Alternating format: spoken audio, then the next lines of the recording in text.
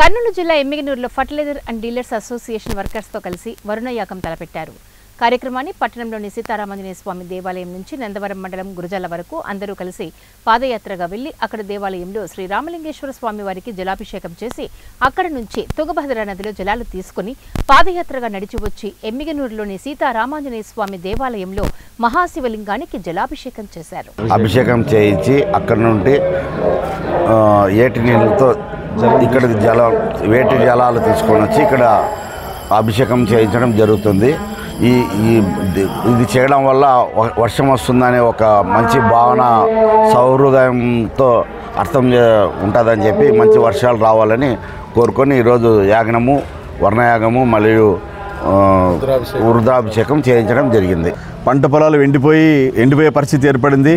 కాబట్టి దీన్ని దృష్టిలో పెట్టుకొని మా Emmiganur fertilisers pesticides and seeds association వాళ్ళందరూ ఈ యొక్క వర్ణయాగం చేయాలని చెప్పేసి తలపెట్టి అందరూ కలిసి నిన్న సాయంత్రం అనగా గురువారం రోజు సాయంత్రము అందరూ గురిజాలకు పాదయాత్రగా వెళ్ళి అక్కడ శ్రీ రామలింగేశ్వర తెల్లవారుజామున 3 గంటలకు శ్రీ రామలింగేశ్వర స్వామి యొక్క అభిషేకం చేయించి ఆ యొక్క తుంగభద్ర నది జలాలను తీసుకొని వచ్చి ఇక్కడ ఎమ్మిగనూరు వీవర్స్ కాలనీ శ్రీ సీతారామాంజనేయ స్వామి దేవాలయంలో రుద్రాభిషేకము మరియు వరుణయాగము చేసి ఆ యొక్క వరుణ కటాక్షము కలిగించాలని చెప్పేసి